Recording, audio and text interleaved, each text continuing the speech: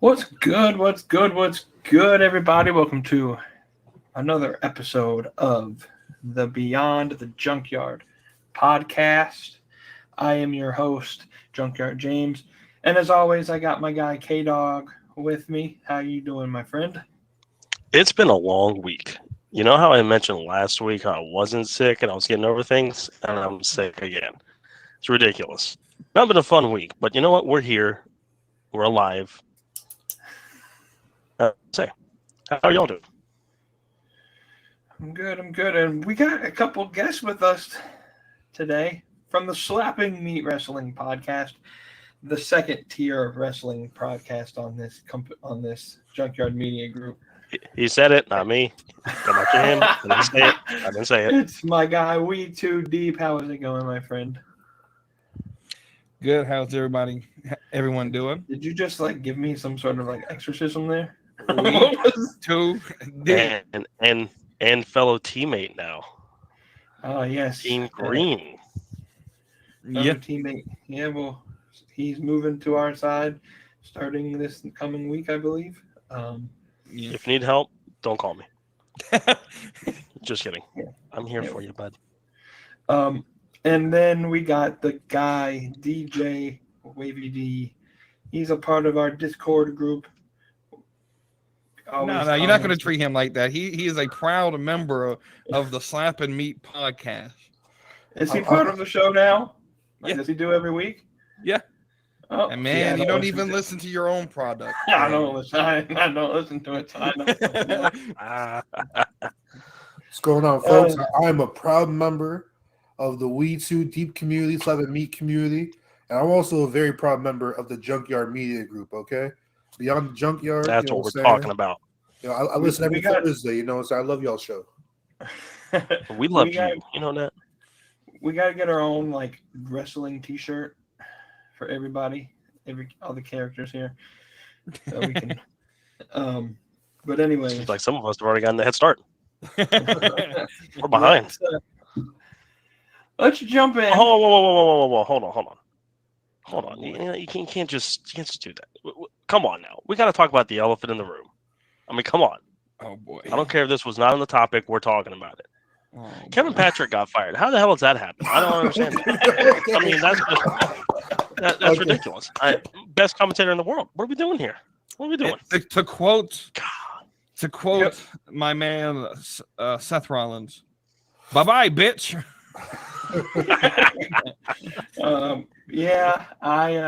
We'll see him at All In Wembley Stadium. Hey, I'm okay with that. I'm okay if I see Kevin Patrick's all elite. Let him go to TNA. No, he can do the other Tom Hannafin, the other old Raw. Tom and Kevin. Tom and Kevin. I like that. All right, now that you've done hijacked the show, let's get back to our regular scheduled broadcast. Sorry, I just thought that's what we were here for. Yeah, I guess so. It's Royal Rumble week, but there was also some pretty big news of a WWE acquisition for Monday Night Raw starting in 2025. I want to hit real quick and kind of get everybody's thoughts. Who's going to have to rebuy Netflix in 2025?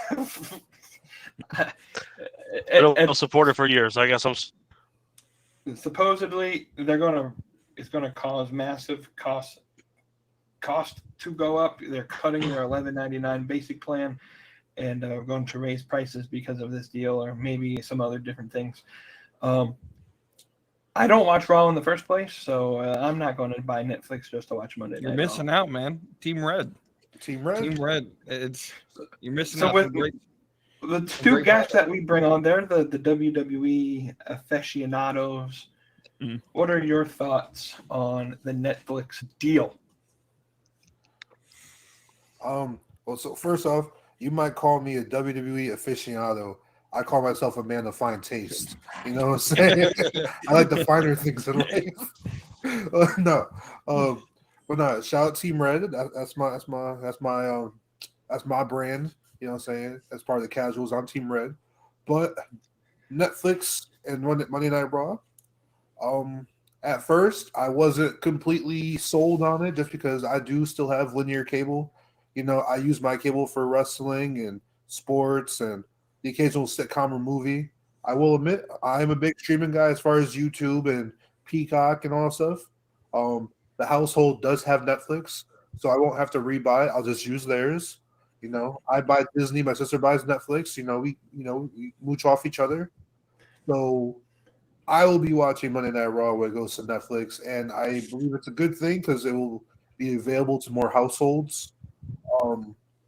And if we can get more eyes on the product, I'm all for it. And it also lifts some of the TV constraints. Say we might not have to show, necessarily so many ads or so many unnecessary ads. Maybe the ads will be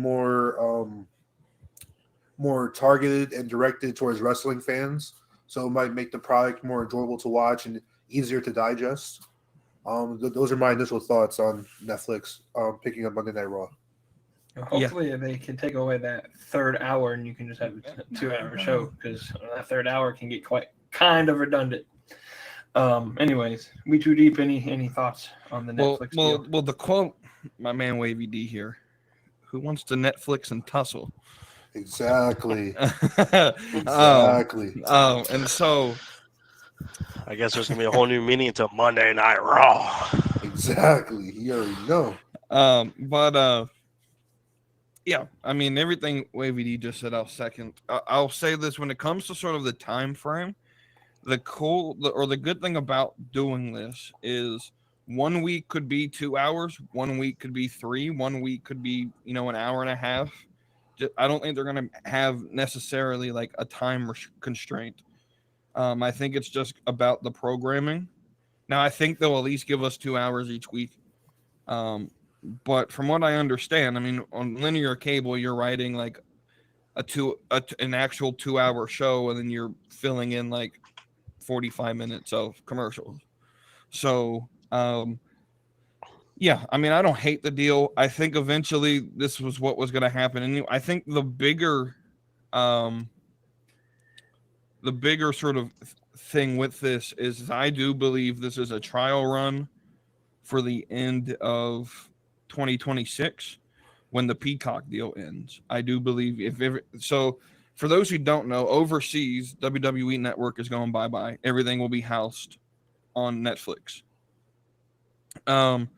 That isn't happening in the States because we have other deals. And so I do believe once Peacock ends, and that they'll close that out. And I do believe at some point in the next 4 to 5 years, everything will be on Netflix. What this does is this gives a trial run to a lot of the other sports leagues, though. So the MLB, NBA, NHL. If there is a market for live sports, I think that changes the way every other league operates. I don't necessarily think the NFL definitely will have an option to continually do linear cable for the Super Bowl, but why not stream it on an app? All their networks they use have a streaming service, whether it's Paramount, Peacock. Fox could use Hulu or Disney or ESPN Plus. And so, yeah, I think eventually we'll get to linear cable's gone in the next 5 to 10 years, and everything will go streaming. Maybe so. Question for KDAWG then, follow up there.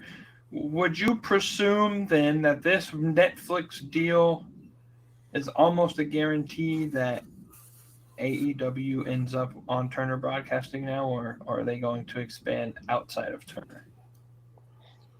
I think it's probably still the leader in the clubhouse for them to re-up with Warner Brothers, but I think that they I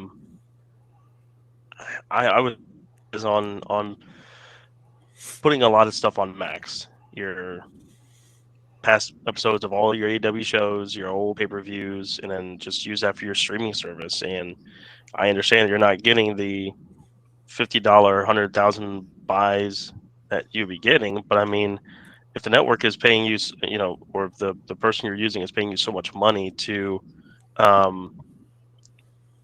use their platform, take advantage of that. I mean, WWE has made bank on selling from the WWE network to Peacock, and now they're getting a boatload of money from Netflix. And I'm sure eventually, when 2026 ends, the Peacock stuff will go to Netflix. I mean, that's the name of the game, is money from media rights for your product. So it's leverage that, hey, if they've been exploring outside the market, but at the same time, maybe they can just sign a 2-year deal. And if Peacock ends the WWE stuff, maybe that gets a chance for AEW to go to the NBC Universal side. But I think either way, AEW's in a good spot that probably could re-up with WBD or explore the waters a little more and see what other networks might still be available, that now that Raw's not going to be on there, what else is around the corner. So I think they're in a good position either way. To expound on that, I got to go with Cody. Your focus needs to be on getting everything on Max. It also takes away, like this Netflix deal, it takes away any sort of desire to care about ratings, because they don't exist. I mean, they do, but like Netflix isn't going to release their data of how many live viewers. I don't think that'll be a thing anymore, which is a good thing. That means we could stop fucking bickering about it. But I think for a program like AEW, it does numbers enough. Obviously, Warner Brothers interested in it, but if you got it on to streaming, because most people watch second day or not live anyway, for the most part, you would assume. The Max deal has to happen as soon as possible. I think that this Netflix deal, it's good for WWE, and the fact that there's a boatload of money that Netflix is paying. It's also a good thing for Netflix, because I think it's like a 10-year deal, I believe, but there's an out after 5 years if they see that the return on investment's not there, they can drop the deal. But then if they notice that that they are getting that return on investment, they could actually add an additional 5 years that are to the deal. So it could go as long as 15 years for this deal. I think it's a good deal for Netflix, because no one really has tested this water of a live streaming service for pro wrestling in this way. The great thing with the current AEW deal is I don't think it ends until the end of this year. I think 2025 is when they would have to re-up, so they can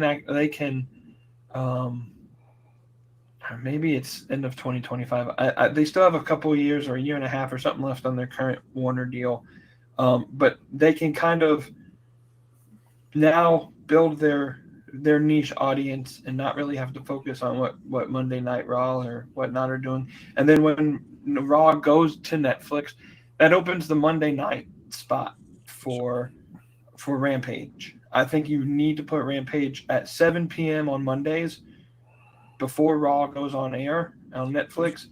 So here's my problem with that thinking, though. I don't think Raw's staying on Mondays.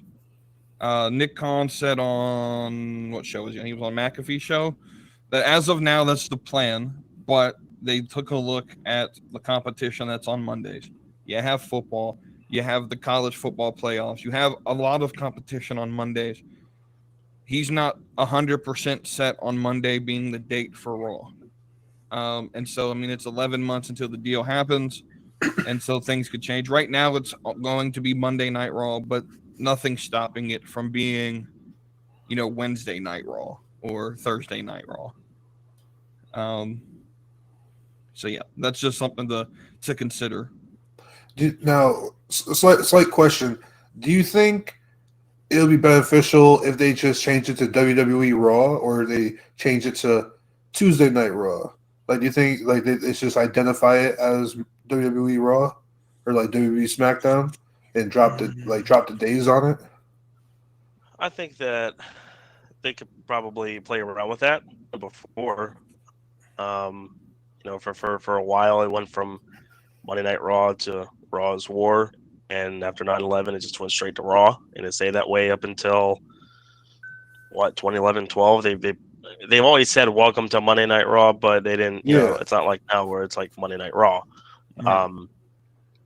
So I mean, I think that you could do Raw, or you can kind of do what they've kind of done in the past, where if there's a big event item on a Monday night that they're going to be competing against, the national championship, Monday Night Football, change it during that day of that week to Tuesday, Thursday, whatever, Saturday, whatever they feel might be a good thing to test. That's the thing that I think they have the most flexibility with, is that they could do really whatever night they want to. They don't. I mean, they could do Monday Night Raw. They'd be like, you know what, this week we're going to go to this week we're going to go to Saturday and just test, just to kind of see. I mean, they're the only thing live on Netflix, at least up until now, that when that deal happens, that's the only thing that's going to be live on a continuous basis. So I mean, why not try different nights and see what works, what doesn't? You can drop the moniker Monday Night Raw, or if you just want to change it up, hey, next week it'll be Thursday Night Raw, and then we're back to Monday night. Just whatever. The social media hashtag for Raw is just WWE Raw. So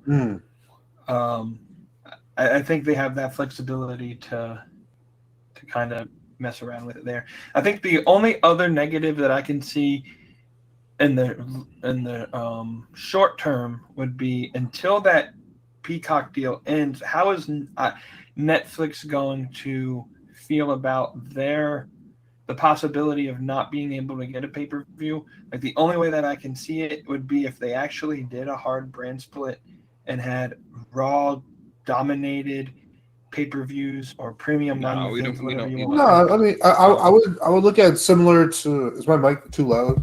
I was just. Is that right? All right. You're good. The way I look at it is, it's similar to kind of like how now, like, Raw is on USA Network, but USA doesn't get any pay-per-views, and SmackDown's on Fox, but Fox is getting pay-per-views. I don't know. Are Fox and NBC or Peacock, are they owned by the same company? I know a lot of these. USA and Peacock are owned by NBC. So using that same moniker though, so NBC Universal gets the pay-per-views now. Fox doesn't. Fox doesn't care though, because they get the main. I don't think Netflix is necessarily going. The bigger thing they should probably worry about in that same aspect is Hulu has some of the documentaries for WWE. So like, they're starting the show with Bianca and Montez starting next week. That's on Hulu. I think eventually all of that is over. And Netflix will probably want all the documentaries too. And that's another thing I don't think people probably are underestimating. Netflix is probably going to get documentaries and other events. This allows for like the Hall of Fame to be on a Wednesday now instead of right after SmackDown. If they wanted to do the Hall of Fame on Netflix, all the documentaries could go eventually and be housed there. And so, yeah, it definitely leads for a lot of flexibility in the scheduling. And hopefully we get a lot more like content out of this, because Netflix is really good at, there's nothing that's like a Netflix original anymore. And so Raw really has this ability to be like the lead thing Netflix can push. Outside of Outer Banks, I can't really think of anything that still is continuing that is a Netflix original outside of their comedy. No, I got a question for whoever knows the answer to it. Huh? What do you say, KDAWG? It's my banger show, my man. Wednesday. Come on now. Eagerly awaiting season 2 for that. A question for whoever knows the answer. So earlier WeTooDeep was saying how for the WWE Network is ending for everyone whoever it's going overseas, whoever has it. Now all the content, how WWE Network has all the content, all the library content, all the past pay-per-views, all the past shows, specials. Now for overseas, are they getting all that library history to Netflix, or yes, and then in the States, when does Peacock? I assume, I guess 2026, but is not in the United States. Is Netflix getting any of the old library, or is Peacock holding on to that until 26? Right. So Peacock has the library in the States until the end of the deal, because technically what happened, what that deal was here is the WWE network. You can have it. Yeah, integrate into Peacock. Right. And so now the only place I'm not sure that's like foreign overseas is India, because India has their own. They go through Sony India, and so I don't think they're getting anything on Netflix. But for the most part, everything overseas will be completely housed on Netflix,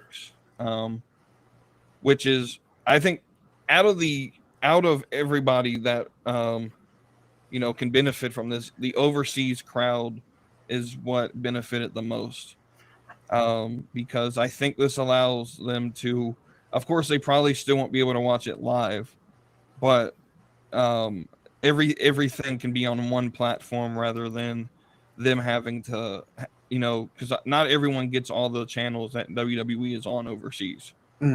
Some of their channels are like people don't get. Well, I know some WWE content ran on Turner networks overseas, so TNT I think has, like, in England, I think has some of the content now. But yeah, I think that's the biggest thing for WWE that I think maybe they wanted to test out, but also make it easier for them, is to not have to worry about so many international markets when it comes to the television. Right? It's negotiating so much between so many countries of, hey, how about your network and your network and your network?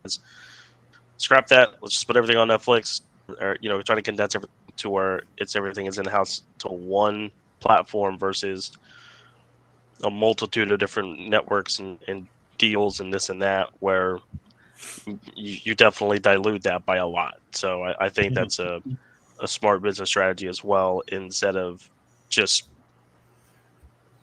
being so stressed with that environment of having to cater to so many different international markets and networks. Everybody's got Netflix and this and that. Simple enough, just put everything right there and make that so much easier on yourself, and you're still getting a good chunk of the deal for sure with doing that. So now, Absolutely.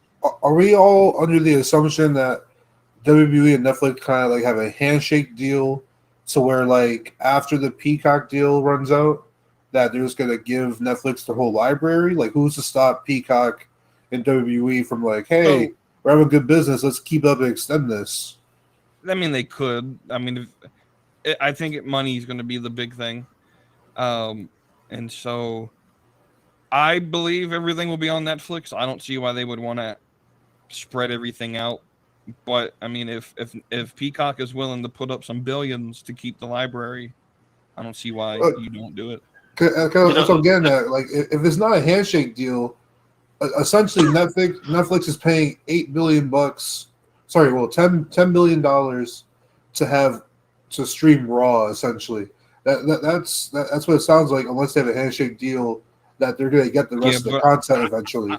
I do believe everything moves over there once the current or the new deals that happen this year run out, which I think those are like 4-year deals. Isn't SmackDown now moving to USA though? Correct. SmackDown is when is moving that to starting? 2025?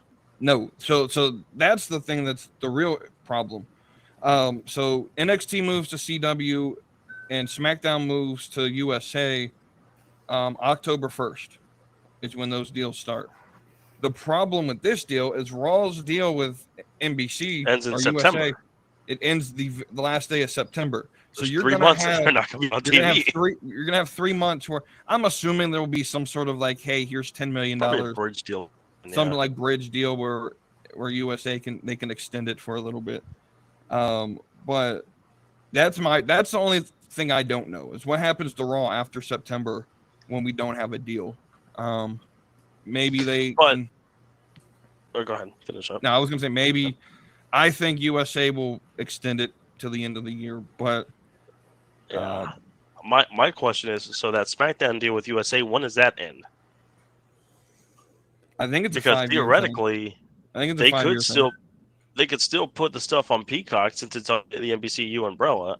everything is probably still going to go to Netflix, but that still presents a unique opportunity where they could still PLEs on Peacock, but have the library on Netflix, or maybe even a little bit of half and half type of thing. So, and that was where I was getting to, where I wonder if maybe the idea would be to have an actual hard brand split, and you run your SmackDown pay-per-views on Peacock because you're running on USA Network now, and you run your Raw pay-per-views on Netflix because they're on Netflix weekly.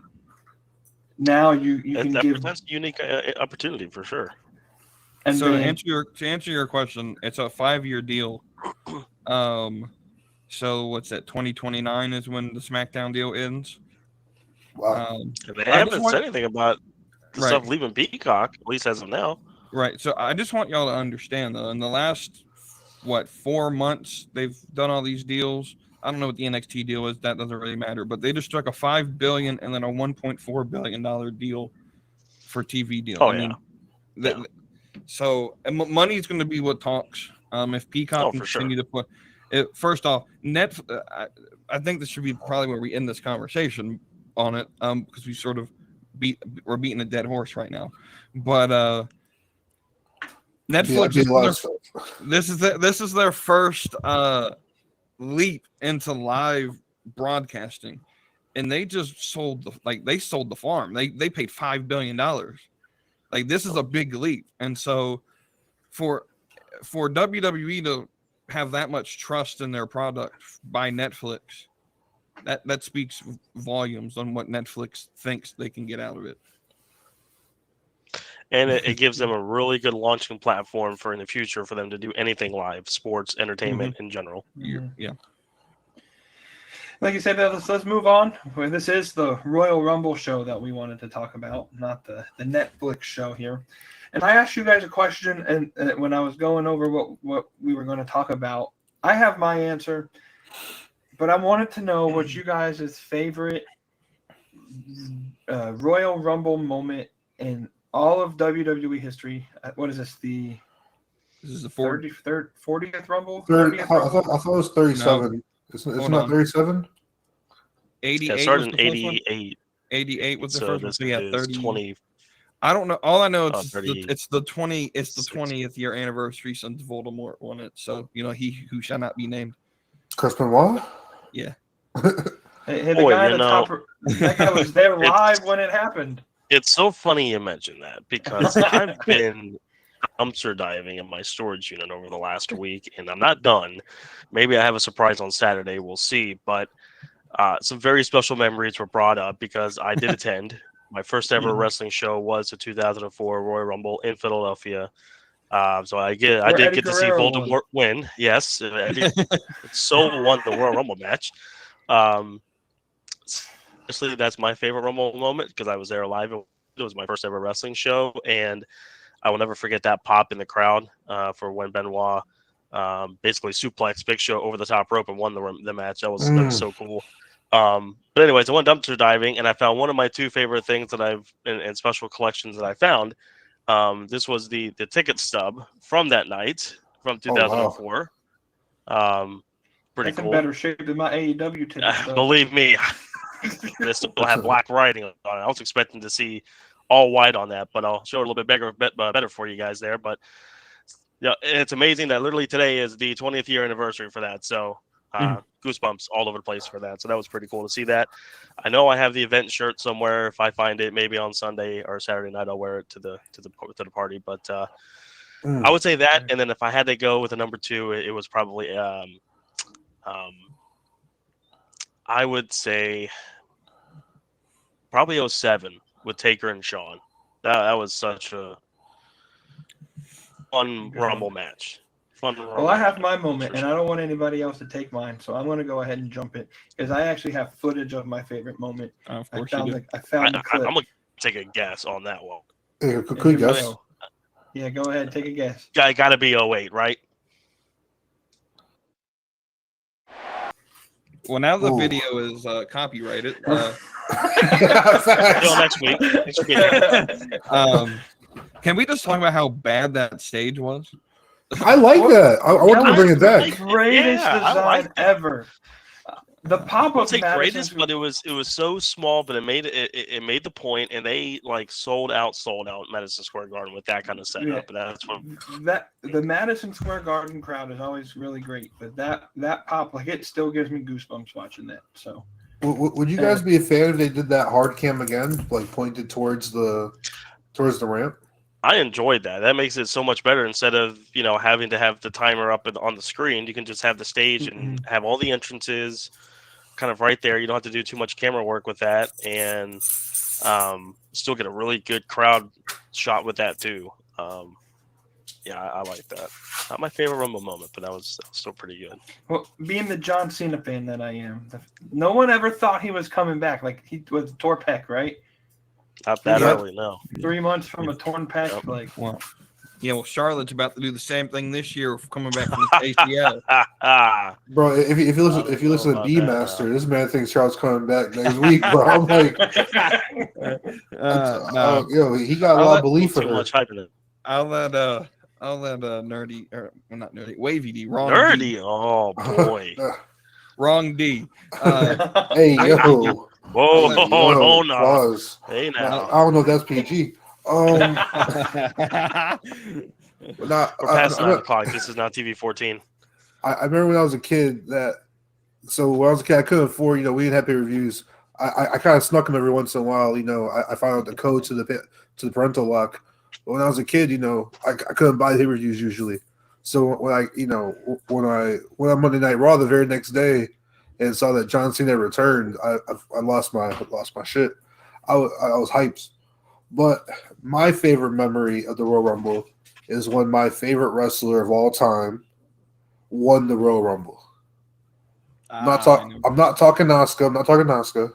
No, I'm talking. Hold on now. I'm talking my boy Rey Mysterio, 2006, when he won the Royal Rumble. He defied the odds, showed that the underdog, the small guy can do it. You know what I'm saying? R.I.P. Eddie. You know what I'm saying? But my boy Rey Mysterio won the Royal Rumble. I cried a little bit. I love that moment. I swear to Jesus, I do. I just hate how that's the only reason why he got a push was because of that. And I mean, yeah, it makes sense. It does, and it's sentimental and emotional. I'm not against it, and I feel like Mysterio should have won a Rumble, but I think maybe if you push that off a year and let that story really build up instead of 3 months, not even 3 months really, give it another year to build up. Let Ray just kind of sink down to the just ultimate depths, and then rise back up at maybe 07's Royal Rumble. And I don't know. Either way, it was still a great moment, though. That's me nitpicking, but that was an awesome moment for sure. Yep. All right. So we'll end this one strong here. So I want to preface this by this was a hard question because I don't ever consider I don't have favorite moments. Like when someone comes, what's your favorite movie? I don't have one. The last one I saw is my favorite movie. I don't have one. And Napoleon? so what? Napoleon? No, Iron Claw is the last movie I've seen, but the point that I was making is I don't have favorite movies. I'm not the type of person that quotes movies or quotes TV shows. I watch TV differently than most people. I'm in it for Bob. I'm in it for the story. I'm in it for how I feel now. I want to live in the moment and not try to, I don't rewatch things. So I don't technically have a favorite. I don't technically have a favorite Royal Rumble memory, but my favorite to go back and watch every now and then if I get bored on YouTube. So we had 2004. He just did 2006. I'm a fit right in the middle, and that's when Vince McMahon tore both quads in 2005. With that moment just got progressively a bigger botch. The double elimination that shouldn't have happened, and then the torn quad. But that was perfectly timed. Yeah, I mean, literally was perfectly timed. They have tried to do that spot so many times, and it may be close, but the ultimate. No, that wasn't supposed to happen, and it literally was perfect. And then when we look, and then when we look at the story that we got from Batista after that, fantastic. Yeah, that was pretty incredible. I will say that the story of the evolution, rise and fall. Perfect. that whole 3-year buildup was really, really good. That might have been one of the better, honestly, before the Bloodline and stuff like that. That might have been one of the best recent WWE storylines in the Yes movement too. But I think long-term wise, that was one of the best storylines that WWE has done, honestly, in their history, in my opinion. If I had to pick a second one, it's when Triple H beat Roman Reigns at the Royal Rumble to take his title from him. That was great. No one talks about 2016. That was a bad year. That was an off year. That was off. Let's look at 2024. I want to go around and end the show this way. I don't care about most of the rest of the card. To be honest, I only care about the 2 Royal Rumble matches. Let's start with the women's match. We're going to go around and we're going to talk about who we think is going to win the women's Royal Rumble. We'll start with Wavy D. The women's Royal Rumble. Who will win? That is a good question. I believe it's going to be Bayley. She's my pick to win it. Mostly because I think I think the men's Rumble is a Raw Royal Rumble. And, and all the men for SmackDown are kind of tied up. And the same thing for the women's Royal Rumble. All the Raw women are kind of tied up doing stuff, leaving it wide open for SmackDown. And so, I believe Bayley, and that's who I'm picking for the women's Royal Rumble.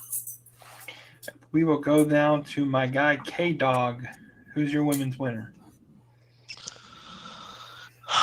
That is such a tough question. I think to me the women's is a little more tossed up than the men's by a little bit. But I do think that ultimately the winner of the women's Royal Rumble is going to be. I may have to go with Wavy D on this. I may have to say Bayley. I think that she's kind of primed and ready for another storyline to kind of main event, between Charlotte and Rhea and Bianca, kind of tying up the spotlights in the past WrestleManias. That with Charlotte out, this is a big chance for her to kind of get in the main event spot again and take it over. I have a close second, but I'm not going to say it because that's not the purpose of the game. So I'm just going to say Bayley. And WeTooDeep, who is your winner? All right. So I don't have a winner. I have about 3 people that I think could win. It doesn't have favorites. It doesn't have a winner. What kind of shit are we doing? That's the not the question game. is simple. Pick one. But here's Who's the thing. going to be the last woman standing in the ring? Well, here's the thing. The odds, the Vegas odds, you can bet on this if you didn't know. The Vegas odds have Bayley, but I don't think it's going to be Bayley. I think it's going to be one of 2 people. And that is either Becky Lynch or my actual pick. Oh, no. Jade Cargill. Oh, my gosh. No, you didn't. Stop it. You're lucky she debuts. By the way, I got 4 she people. does. I got 4 people in the men's to go through. So this just to let you know, because I got 4 different things that I think can happen in that Rumble. That's great. Listen. So here's my pick. Hold on. I'll let you finish here. Let me go to my pick, and then I'll let you go. So Jed Cargill is going to be one of the last 2. I think she clears house, and she's sitting there for number 30. This is how I see it playing. And we're going to get that John Cena moment that I said is my favorite moment. This whole Charlotte Flair hurt herself bullshit, I think it's all a big kayfabe. I don't think she's... First off, motherfucker, she just had surgery. It's all storyline, I think, my friend. Bro. Charlotte Flair is coming back. Yeah, it's all storyline. And Big E didn't break his neck, and Eddie Guerrero didn't actually die. It's all storyline. Long-term storytelling. Charlotte Flair is coming back at the Royal Rumble. She never misses WrestleMania. She's going to put Jade Cargill over the top rope. And she's going to get that WrestleMania moment again. Because it's Charlotte Flair. She never misses a WrestleMania main event. Charlotte Flair is going to be the winner. She's going to miss this one, though. Yeah. I'm telling you and B Master must shop at the same Kool-Aid store. Y'all drinking the same Kool-Aid. bro. Yeah, You're gonna sit Charlotte- here. You're gonna. I'm sit not here even gonna you're comment gonna on sit- Randall. What? You're gonna sit here and talk about me picking Jade Cargo when you literally just picked someone who was 3 weeks out of ACL reconstruction. Listen, surgery. He might I as well was pick about to Jimmy not. Carter. I You might as well was. pick I was Corey not J at about that to. point. I was not about to trash your pick. I just had a lot of questions with it. I'm gonna put that on the back burner for now because what in the hell did you just? I gotta I said defend shit. this shit next week when we have a show. How am I supposed to talk? We run a show together. I have you up now. Because Listen, when she my doesn't friend, come out this Saturday, we're gonna be looking like fiddle faddle over here. if Charlotte Flair doesn't show up this week, I will come on the show and I will admit that I was wrong, and then I will. No, say no, that no. WWE Nah, if Charlotte Flair doesn't come out, you got to acknowledge our tribal chief. Yes. That ain't fucking gonna happen. Okay, the fine. If she does show up, what does WeTooDeep gotta do? Oh He boy. he's got. No, we're gonna have to do dares on the show for doing this. You got to think of the worst drink that you don't like, and you got to drink it on the show. And then no, sir, no. Yes, Listen, yes. all I'm Give saying the people entertainment. Come is on now. there's not any proof that she's hurt. There's no proof. What you mean the rehab video she's doing is fake? As if they haven't pulled a stunt that the- someone's the- been injured and Hey, had question: surgery Is before. Adam Cole faking his injury? the video the video from her from the hospital in the surgery room getting ready to get her knee sliced open, that's fake. That was a local You medical know, make this facility. storyline too. How many times have like Stone Cold or Vince McMahon been going to surgery and they're totally? We're not in completely fucking the fine? attitude era anymore. Like this is real. This is real life, my guy. The only person in any close of relationship to Charlotte Flair that's going to be at the Rumble is Andrade the Idolo. Shoot, at this point, you might as well pick Corey J to win the Royal Rumble. Here, hold on. I'm gonna pull this up. Ready? Hold on. I'm gonna share my screen real Oh, quick. Jesus. This is I feel important. like we're in science Here we class, go. and he's gonna have the presentation backing up his claim. Are we about to get the Scott Steiner math here? Hold on. I gotta get. What are this you ad sharing? off of There here. it is. Oh boy. Charlotte Close our Flair websites. receives see it. encouraging news on I her can't see nothing. WWE Oh, return. there it is. The Queen could recover Can sooner. you scroll than down so we don't have to talk expected. about the elephant on the screen? Hey, what does that say? It's a shocking lawsuit. Talking about the steroid trial having. Bro, it's Ric Flair giving the alert. The dude probably drunk. We're gonna quote Ric Flair. Yeah, my daughter, woo, is okay. Woo, Let me tell you something, brother. My daughter is the greatest. woo, here, drink some mushrooms. Wooings.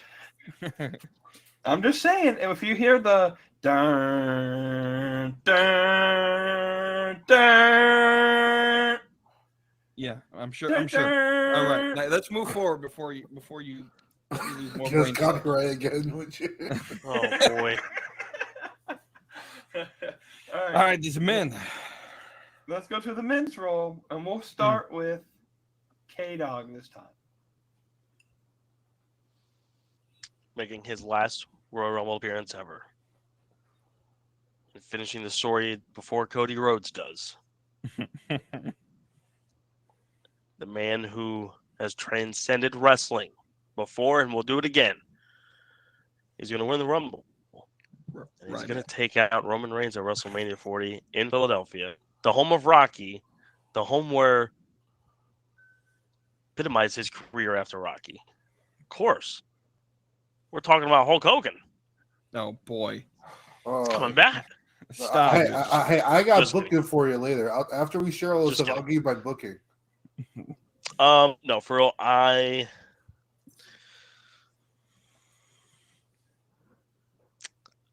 just think it's got to be Punk. Yeah. I think that you bring this guy back, I think he has to win it. Mm. That's my story. I'm sticking to it. And we'll go to Wavy D because the other guy got a half hour that he's going to tell us.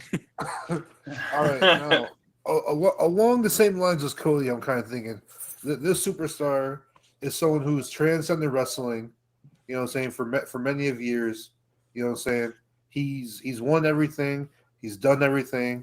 except for one thing. He's trying to finish his own story. You know what I'm saying? Punk. Yeah, it's Punk. One man's trash is another man's treasure. Okay, it's CM Punk we're talking about. CM Punk is going to win the Royal Rumble this year. I feel like there's no other answer really. No other right answer. A lot of Pepsi going around Tropicana Field. Yep. Darn tootin'. And WeTooDeep, who are you going with? Oh, I thought you were going to go next so that we can give him the main event. No, it's my show. I'm going to be the main He event. said, All right. Our show. All right. Whoa. So, whoa. But no. Okay. So first, Punk's got to be in consideration. Absolutely. However, prior to him showing up in November, the rest of 2023 before then, I was 100% convinced on one guy. And then Punk showed up. But now I'm back convinced on this guy because he stepped to Seth Rollins on Raw this week. And that guy is Gunther. I think you got, if you're gonna bet the house, you bet on Punk or you bet on Gunther. Now pick 3 of potential winners is they finish the story and they give Cody Rhodes another victory here. I don't think that's gonna happen. But number 4, I'm not gonna credit myself on this one. I'm gonna credit my man. Shout out to CWC. Milwaukee Mike gave me this idea. And oh boy, I'm ready to see y'all reactions to it. We get in this Rumble. Main eventing the show. So the Fatal 4-Way had already happened. Roman retains. We end this show. We get to number 30. And number 30. Hey, we got a timeout on the field? Time out. All right, I know where he's going with this. All right, James, you might want to get your Briscoe meme ready, okay, James? Get your Briscoe meme ready. Do I have that on here? I don't even. I think I. Oh no. No, we get to number 30. We're waiting it. The countdown starts. We get to 0, and number 30 is Roman Reigns. And Roman Reigns wins the Royal Rumble, grabs a microphone, stands in the middle of the ring, and says, "I just beat." You must have bumped your fucking head, boy. Oh, that's what Roman's gonna say on the mic. Wow. No, Roman's gonna go on the mic, and he's gonna grab it, and he's gonna say, "There's no one who can beat me. I just beat everyone." And then we end the night with, "If you smell," stare down in the middle of the ring, Rock, Roman Reigns. Rock points at the WrestleMania sign, and our main event of WrestleMania is made. Look at right now. That is cinema. That is wrestling gold. And that would make me slap some meat. It's about as much cinema as Ted DiBiase in the Marine 2. Or we get the Royal Rumble match first. Punk wins, and then we get the Fatal 4-Way at the end. Roman wins, and then Rock comes out at the end. No. Roman Reigns has to win the Rumble, man. I mean, I feel like that's just all right. Yeah, but then there's my picks, and I have my favorite to win it, but I also have an underdog, and I use that word. Roman Reigns. I use the word underdog, kind of pun intended.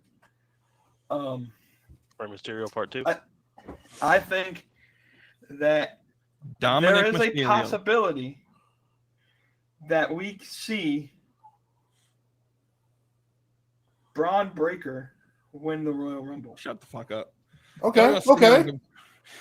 No. Y'all gonna sit here and blame me for saying Roman Reigns, and this motherfucker's gonna pull out Braun That's Breaker. at least a little bit more believable than Roman coming out at 30. That'd be like when Rey Mysterio was 30 in 2015 when they wanted Bryan. Yeah. Hey, James, I support you right now. All right. Let's talk about Breaker. Because he's gonna be fighting next week, the week after, in fucking Clarksville, Tennessee, at Vengeance Day. You can do both. Let him cook. Clarksville, and Tennessee. Rhea and Dom were fighting at NXT pay-per-views. Becky Lynch has fought at NXT pay-per-views as a champion.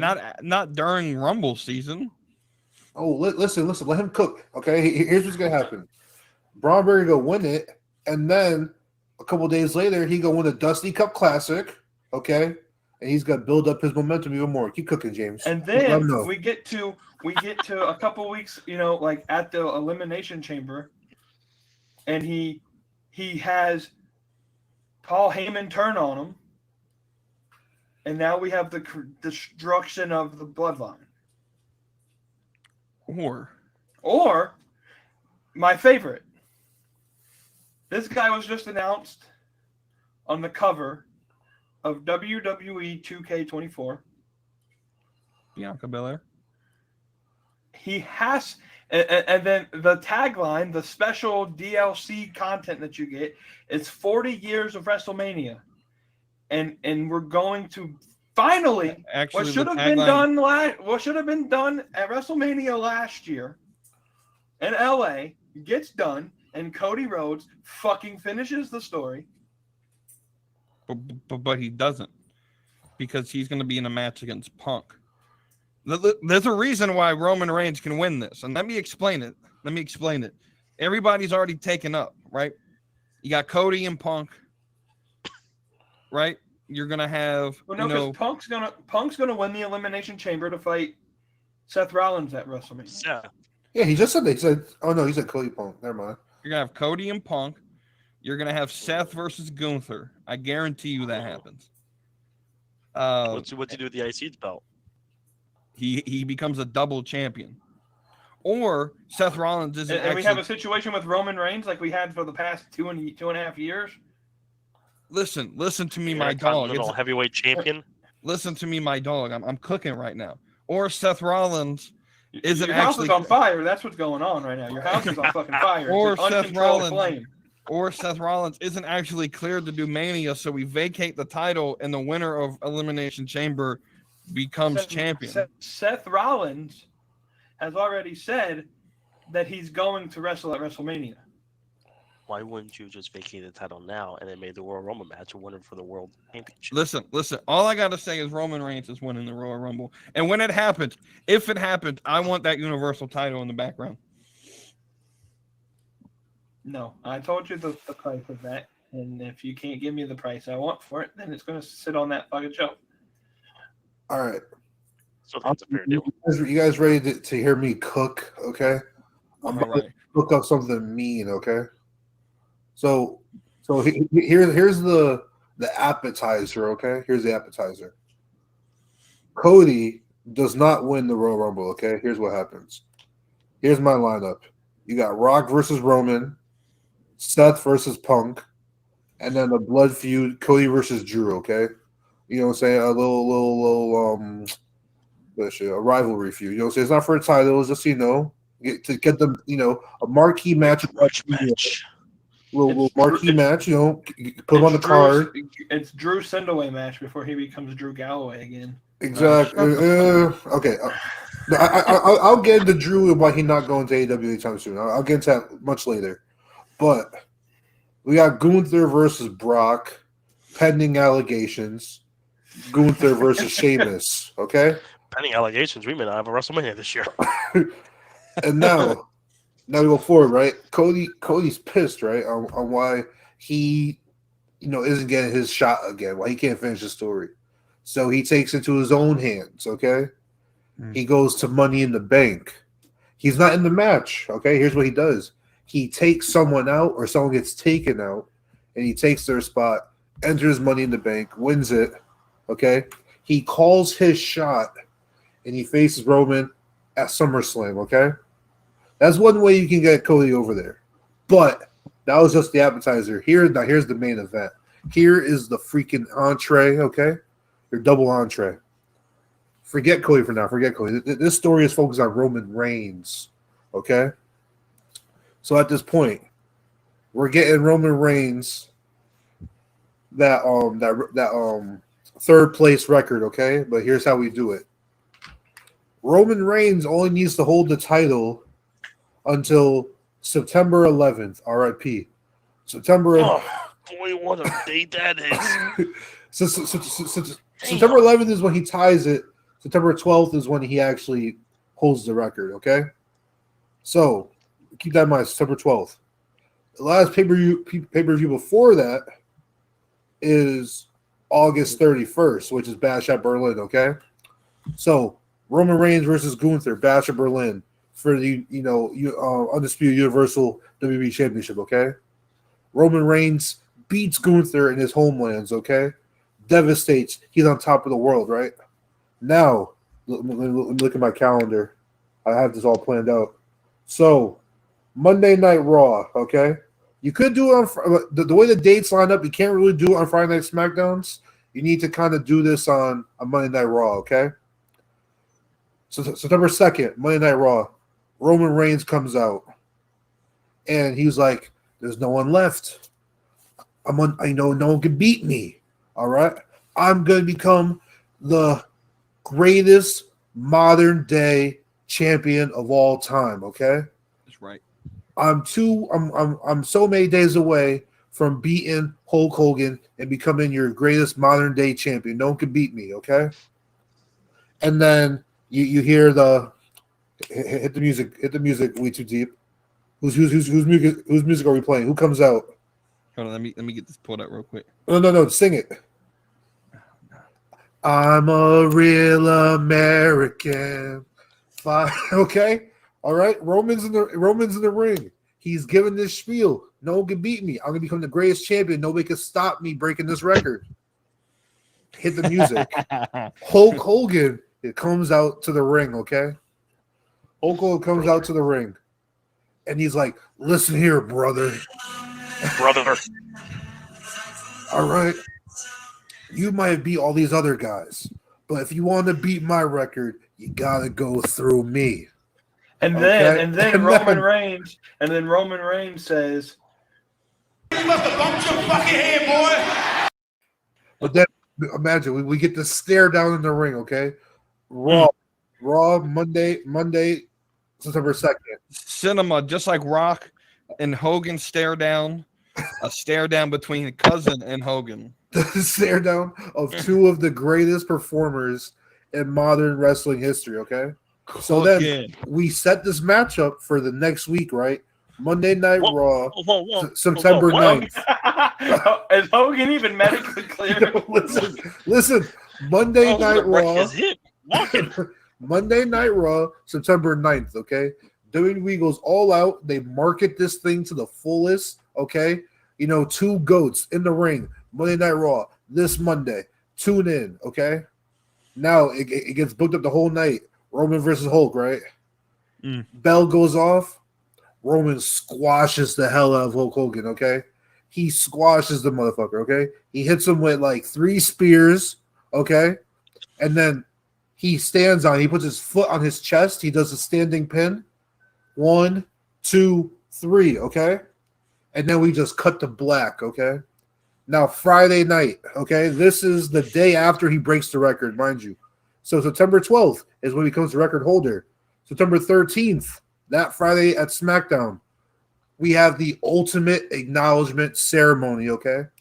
Every living former world champion is on the stage as if it's the WWE Hall of Fame ceremony, okay? And every living world champion on the stage. Roman Reigns music hits. He walks in between them down to the stage. He looks at them. He looks past them. He walks into the ring, okay? He gets there. He holds the titles up. Boom, boom, boom, boom, boom, boom, boom, boom, boom, boom, boom. Fireworks go off. And he's like, I am the greatest champion of modern wrestling history, and all of you will now acknowledge me, okay? And all the world champions, like it or not, they must acknowledge Roman Reigns. Yeah. Boom, bada bing. There you go. And then he keeps the belt till 2028 where he beats No. and then Clay finishes the story at WrestleMania 41. I don't see it. But if you are right with that, if that long-term storytelling happens, if you're right with that, We'll, I- we'll- I'll we'll eat have to something. win. I'll drink. I mean, that's pretty bold. That's pretty bold. I'm just saying, the way the dates kind of lined up, I was saying you have the ultimate acknowledgement ceremony. Like I'm gonna write this up and send it to book. I mean, to Trips. Well, yo, Trips, I got something for you. And depending on how things are going, you might want to send it up to somebody else. Shawn Michaels. Yeah. Well, I don't know. It's, maybe. You killed two birds with one stone. What's really going to Kevin happen Dunn. is Well, we're going to get that's why he get left. number 30. We're going to go 3, 2, 1. Burn. Who the fuck? And then What Brock was Lesnar, that? and then Brock Lesnar wins the That's not Brock Lesnar's music, Yeah, my that was not dog. Brock Lesnar's theme song. Was that a theme song in OVW? Because that wasn't his WWE theme song. Was that Doink the Clown? Pretty sure that was Doink the Clown's theme song. I don't think we're talking about the same Can I person hear here. that again? Can I hear that again? It goes.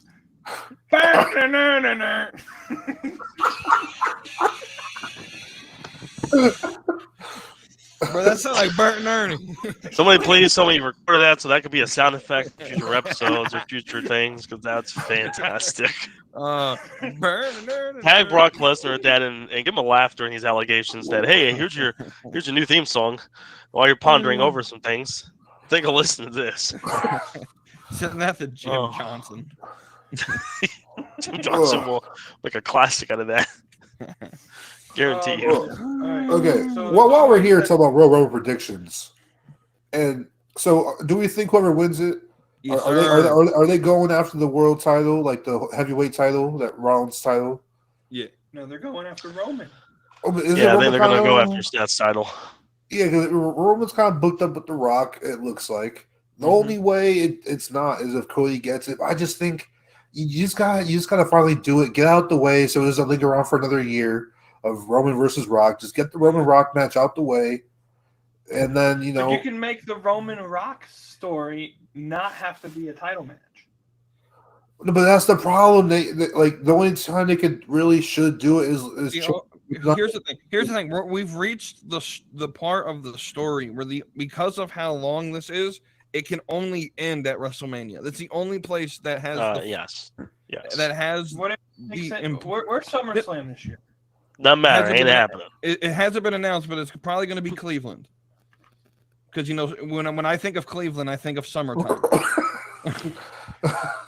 I mean, okay, so what if? Okay, here's another what if scenario. We're spitballing here. That depending where the Fatal 4-Way match takes place on the card. If it starts the show, Roman's winning it. Yeah, if it starts to I show think no Roman's matter what, winning, Roman's winning. And even again, it's Yeah, just no, Roman's winning. if you set this up to where Rock comes out, it has to be the final thing. My Right. opinion. yeah, Right. So we're ending the show with Rock staring down Roman one way or the other. Right. Either he costs Roman the title and they stare down, or Roman wins the match, and then after that, Rock comes out and they stare down. I will say this too. If they start the show with the Fatal 4-Way and he costs Roman the title, I need you to understand that Roman will then win the Royal Rumble for real if he loses the title. That's how they. Yes. And so, but I think Roman's retaining. You don't have to make Rock versus Roman for the title though. That can just be like the head of the table name is what's on the stake there, because that's what Rock started the whole thing with. Is I'm gonna sit at the head of the table. But then it's just like the whole logistic thing of like you're at your biggest show of the year and your main world title is not on the line. So I think the story makes sense. So you don't necessarily.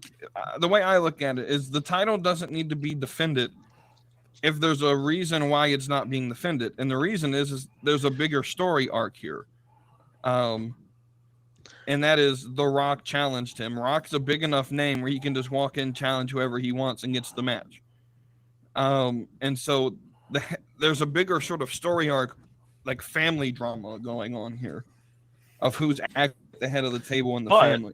With all this family drama that's happened in this story with the Usos and all this other stuff, what was featured in that family drama? The world title, the undisputed title. The universal title. So the title is always held as an ultimate stake with that. So I think that just by nature, it's going to be like the ultimate stakes, the head of the table, the bloodline, the history, the Samoan heritage, and the world title all in one as like your prize to being of the head of the table. That to me just makes no sense. But I have a question on top of that. Let's say the Fatal 4-Way starts the show. I personally don't think you can bring Rock out right there. There's no way. Right. What Which if? is why Roman Reigns enters the Rumble, wins it, and then we get to stare. Well, it's one theory. If Roman wins the world title, or Roman wins the match, which I mean, I think we pretty much agree he will. How can you still, if that's the case? I don't think that's the case. I think they made event the show. But if that was the case, how then can you set this up at the end of the show if, say, Punk or Gunther wins the Rumble match? I think you can set the world title match up at Elimination Chamber. Maybe you can have Rock come out at 30 and win the Rumble. And the way he does that is Solo and the Usos are in the Rumble match itself. And he eliminates all of them. Or Solo eliminates the Usos. So here's the thing. Whatever the case may be. So my play on this, and I don't think so. My whole thing with this is I think, and again, I'm spitballing. I try not to predict the fucking bloodline because every time I do, it doesn't happen. But I think we can have a cool play. I've always said 2024 is going to be the year of Solo Sikoa. How do you break out Solo Sikoa? At WrestleMania, when it's The Rock versus Roman, whether it's for the title or not, and this is why I don't think it needs to be for the title, because I don't want this to end the like The Rock doesn't come back and lose. You can't have The Rock lose this match. Rock has to pin. The Rock can beat Roman, but not win the title.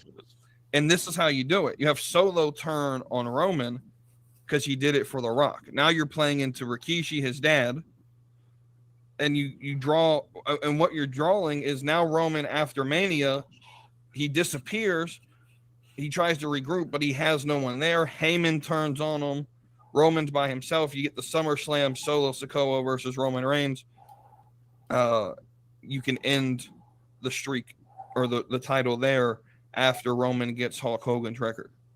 That's how I would book it long term. Or you can have Rock lose, and at the end of the match, Solo turns on Roman. It still has that same precedent of the whole spiel that you just have for leading up to SummerSlam or wherever, that he turns on Roman. Even though Roman beats Rock and Rock loses, Solo can still turn on the Rock at the end, or turn on Roman at the end. But is Solo a big enough name that he can play that role? Because like Sami Zayn was a big enough name that when he turned on Roman, that people actually gave a shit. Are people really going to care about Solo Sikoa versus Roman Reigns? If we know the WWE model is not always about that. It's not about the fan reaction. It's about the story. It's a different type of product. Now, I'm on board with. So it goes back to Seth Rollins. I think if we live in a world where Seth doesn't wrestle at WrestleMania and he's actually like hurt, I think the winner of the Rumble should face the winner of Chamber at WrestleMania for the heavyweight title. And then that clears up the scenario where you have like number one contenders from both sides trying to go for both titles. You clear that up. You have like, you have Punk win the Rumble, and you have like, I don't know, Drew win the Chamber or whatever. Punk Drew at WrestleMania for a heavyweight title. And then, but then like the main problem is Cody. Cody is either wrestling for the title or he's either gonna wrestle for the Universal title or he's gonna wrestle in like a grudge feud. He's not wrestling for the heavyweight title. And I'm gonna be honest with you, James, you're probably the only person that actually wants Cody to face Roman Reigns. I think a lot of the WWE fan base are tired of seeing Cody. It's the same shtick every week. Well, no, I want to see Cody face him. It's just the problem that you have The Rock here, and you already know WWE is pushing The Rock to face Roman at Mania. I think it should be Rock Roman at Elimination Chamber, and then Roman Cody at WrestleMania. Right. I agree with that. But Roman's not working Elimination Chamber. It's already been announced. Well, it's announced, but we'll have answers after Rumble. We'll have most of our answers after Rumble. So But it'd be a Here- lot easier for everyone involved if Rock and Roman face that Chamber, Cody, Roman, WrestleMania. But the thing with that is Rock and Roman is too big of a match to put at a useless pay-per-view like Chamber. Well, not. But it's not a useless. in- It's your first international pay per view in God knows how long. That you have to make it seem like. Bro, they literally a big did thing. 4 last year. Well, no, but it's your first one in Australia, and who knows how long Right. how long it's gonna be after that. And also, Australia was trying to shell out money for The Rock alone. Right. Like that's to me. You don't put the investment to go all the way around the world to not have your main That show is characters. I need you to understand what these shows are. Why are you going to Germany? Because you're going to parade Gunther. Why are you going to Australia? You're parading. You're making an entire show for Rhea Ripley. Why are you going to France? That's a great question. I don't know any French superstars, but maybe La Resistance. Sylvain Greniers, But Rene Dupree. these shows are basically just going to be big parties to sort of get the international crowd involved, but it's not going to be necessary. Like, there's no reason to have Rock and Roman at Chamber. I'm going to thoroughly disagree with that booking. There's no reason to do it that way. How are they going to get the American audience to stay up till 5 o'clock? They're in the not, morning? because everyone's already going to say they're going to watch it after it airs. I'm watching at 5 in the morning. I don't know what you. I'm watching at 5 in the morning. Yeah, because several years ago, Wrestle Kingdom 12, Omega versus Jericho made me stay up till 6 o'clock in the morning to watch the match. Well, that's your fault. Most Oh, it's a normal highly human, entertaining match. most normal human beings have enough self control that they don't have to. I'm just gonna watch it at a normal time when I. Not me. I'm sleeping. I'm going to sleep early. I'm going to wake up early. I'm going to watch it and then take a power nap after. Listen, I'm old. I like sleep. But I that's love where wrestling. Is just I like it too, though. I guess And I can I'll control finish- myself enough to be off social media, so I could watch it after. Is the nostalgic feature a little bit better to be live and not have to wait? Right. Yes, I agree with that. But if you have enough control to not look at social media and make time to watch it, to where you're not either going to be too sleepy or you're going to pursue it, yeah. 5 years ago, I'd be like, let's go. 5 a.m. I'm ready for a cup of coffee. Yeah, big problem. We got too many stars, not enough main events to go around. Thank you for saying that. I know we're going long here, but that is a point that I was going to bring up that I thought maybe we were going to end the show. There are so many big top stars. It's almost like trying to fit all these square holes with a round peg. It's almost impossible with Gunther and Cody and Rock, Roman. And they're going to add one more. They're going to add one more in this Royal Rumble. I got an idea. When WrestleMania when Maxwell shows up. No. Ain't happening. But still, so many big top stars, and it's a good problem to have, but at the same time, just presents a lot of problems, in my opinion, booking well, because now you have a bunch of these storylines and stuff that not from other talent, but it's just it's a good problem to have, but a slight problem. So I'll end it here, and then we're going to end the show. I want to push a little bit further on why I think it's a good idea for Braun Breaker to win the Royal Rumble. So you've already been an advocate for the advocate Paul Heyman. Yes. Turning on him with Braun Breaker. What's the best time to bring Braun Breaker up? Bring him up, and you tease it, but you don't have him win the whole damn thing. Why not?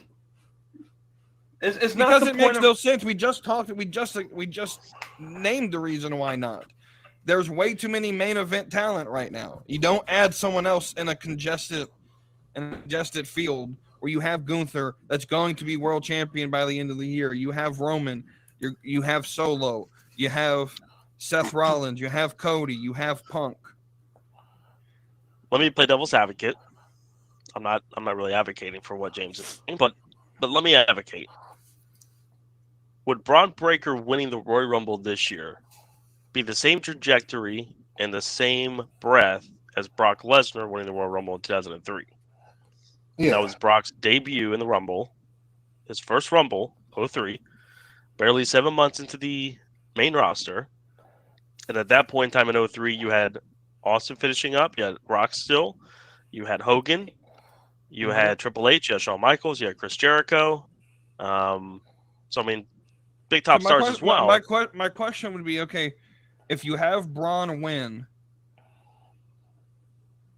my whole thing is this. No one on SmackDown can win because we already know Roman's getting the Hogan record. We got to get that out of our mind that someone's beaten Roman before September. And so he's getting the Hogan record. And so earliest at most, you're talking, mid to late September, early October, Roman ever contemplating dropping the title. I think it's going to be for WrestleMania 41 when it happens. So anything where a storyline where you're beating Roman Reigns at WrestleMania, get that out of your mind until Minneapolis. I never said Braun was going to beat Roman. Then why have him beat him? Because you can build a new star with Braun Breaker. My thing is Braun Breaker's done everything he could possibly ever do in NXT. Right. No one's saying don't bring him up. Absolutely bring him up to the main roster. But why Right, he can't win? The mid card's just as congested as the main event. No, it's not. Picture No, it's not. No, not on Raw. Not on SmackDown. I mean, Not on no. SmackDown. Well, no, the SmackDown's wide open, but even I don't know. The thing with Braun All these Breaker is questions and more will be answered this Saturday night. Yeah, I won't have a big answer, but I can get behind what James is saying. Like, if you want to push, okay. he unplugged the router. He unplugged the router. But no, I mean, I'm on board with James though. If you do want to push Braun to the moon, you have him win it, and then he goes after the world heavyweight title. I mean, I can get behind it. Is it my first choice? No, but I can get behind it if you want to strap a rocket to his back. You know what I'm saying? Let him dominate Raw. And here's the thing. I think so. Seth Rollins, I can't remember what show he was on, but he basically said he's lucky that the ACL is still intact. That it's possible that the MCL can heal. He's not going to wrestle at Rumble, and that's fine. He may not wrestle at Elimination Chamber. That's fine. But we have a period of time where he can wrestle a match or two to set up a mini feud at WrestleMania. The smartest thing would be for Seth to fight Punk at WrestleMania and have Punk take that title. Punk can run Monday Night Raw. That's totally fine. On SmackDown, who is legitimately someone that you could think Roman Reigns could wrestle with that we could think, oh, there might be a shot. He's gone through the entire roster at this point. There's two that he hasn't fought that, if booked correctly, would be legitimate threats, and that is Bobby Lashley and Karrion Kross. He hasn't fought either of those two yet, and both are legitimate threats if given correct booking. Who, for Roman or for Seth? For Roman, Lashley and Kross are legitimate threats if booked correctly. If you want to book Kross, seriously, if hypothetically, say you want Kross to win the Rumble, right? Now, you know don't have him win the Rumble. I'm not saying that. Well, no, but I would say hypothetically, Kross comes out to his thing, 5:31, and his music hits. He walks up, he shaves his head bald right on stage. You know what I'm saying? Bro, it's the rebirth. But we're missing one guy, man. One guy who needs to win this, and that man is the modern day Maharaja. Jinder Mahal. Go ahead and end the podcast real quick. All right. Thank you guys. We'll see you next week. week. See that website on the bottom of the screen there, junkyardmediagroup.com. You can find this man bogus takes on that website. Whoa. You're talking about the man that just injured your champion. Just injured your champion. Your biggest draw in the company. First off, Seth Rollins is not the biggest draw. He's so fucking boring. We'll see.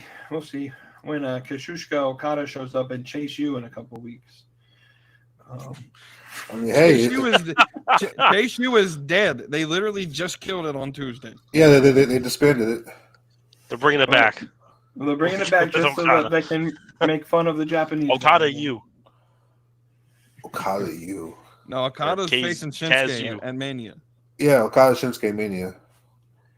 And they're going to let them cook. They're going to let them cook. They're going to get 30 to 45 minutes. And No, they're not. They're getting 2025. They're getting like 10 They're going to get seconds. the AJ Shinsuke treatment at WrestleMania 34. Oh. 10 minutes. Hey, good luck. Alrighty, well, we've gone quite past the scheduled allotment of time typically. So I appreciate you two joining our show this week. Any last thoughts before we head out? Keep it quick. Go ahead. Yeah, when I'm right on Saturday and our tribal chief is standing in the ring as Royal Rumble champion, just don't say I didn't tell you something. All I'm gonna say is when September 13th rolls around and we're having the ultimate acknowledgement ceremony, you know what I'm saying? Wavy D told you, all right? And just like we say in the Judgment Day, live, laugh, and love. And R-Truth will also win the Royal Rumble. Shout out Oscar. Well, I just got to say, in 2 weeks in Phoenix, Arizona, No Sting and Darby Allin will be your Big night. your new tag team champions. Just to lose it to the Young Bucks. Which is perfectly okay. It's I'm totally all for it. fine with me. I'm all for it. But yeah, just gotta say, junkyardmediagroup.com. Tune in to that website. We're gonna have to step up our article posting here. I think it's the same 3 articles from the past 7 weeks are still up there, but nothing new. I'll write an article in the next couple of days about my favorite Rumble with 04 Rumble. Maybe we should do that. I'll write an article. I'll write one why Roman Reigns should win the Royal Rumble. I'll write a fantasy book. I'll write about my favorite Royal Rumble because I don't want to get knocked for that. I'll fantasy book the Roman Hulk storyline. There you go. Let's do it. There we go. There we go, guys. So stay tuned. We're going to have a bunch of stuff being posted to junkyardmediagroup.com here very shortly. Stay tuned. Thank you guys for tuning in to the Beyond the Junkyard podcast. Next Just week, remember, if you don't like this, you have no chance in hell. next week, we bring back our Wrestling is in Our Blood series. We were going to do the McMahon family. You still can. You could still give the credit to the greatest wrestling family of all time. But we're going to do a swerve, and we're going to do the family of Dixie Carter instead. No, just Whoa. Whoa. I mean, I don't know. I didn't agree with that. We're going to do the Anderson family. Scott Anderson. Armstrong family. Bullet Bob. Bullet Bob. Do the Flares or the Hearts? The Hearts was last week. Oh, I missed that episode. I watched the your one on the Iron Claw, the what's it called? The Eric's We did the Hearts last week. We'll figure it out and we'll post it a couple days ahead. Why don't you just do the McMahons, my guy? Yeah, you have some new juicy details. When Cody wins, I'm waiting to see if Cody wins, because if Cody wins, we'll do the Rhodes family. But we'll see. We'll see what goes on, and we'll post it to the socials. Okay, so if you're gonna pick the winner, then you can do the Anoa'i family when Roman Reigns wins the Royal Rumble. That's a good point. Or Undertaker and Kane. Yeah, that's a great family, Undertaker and Kane. Oh, Lord. I want to push one big thing real quick before we leave here. When you go to junkyardmediagroup.com, there's a button that you can click that sends you to an invite link to our Discord channel. We have some good laughs and arguments and discussions on that Discord channel. Quite fun. I want to build the community, though. So join in there. Bring your wrestling friends with you. And let's have fun. We don't shame anybody. We have fun. Yeah. We don't. You're welcome. I think we might do a Q&A here soon with some Discord questions because there's a lot of questions that get posted and not a lot of time to answer. So we'll do that eventually here soon. But until next Thursday, we're going to say adieu, goodbye, And good acknowledge night. me. Arrivederci. Bang. And acknowledge me.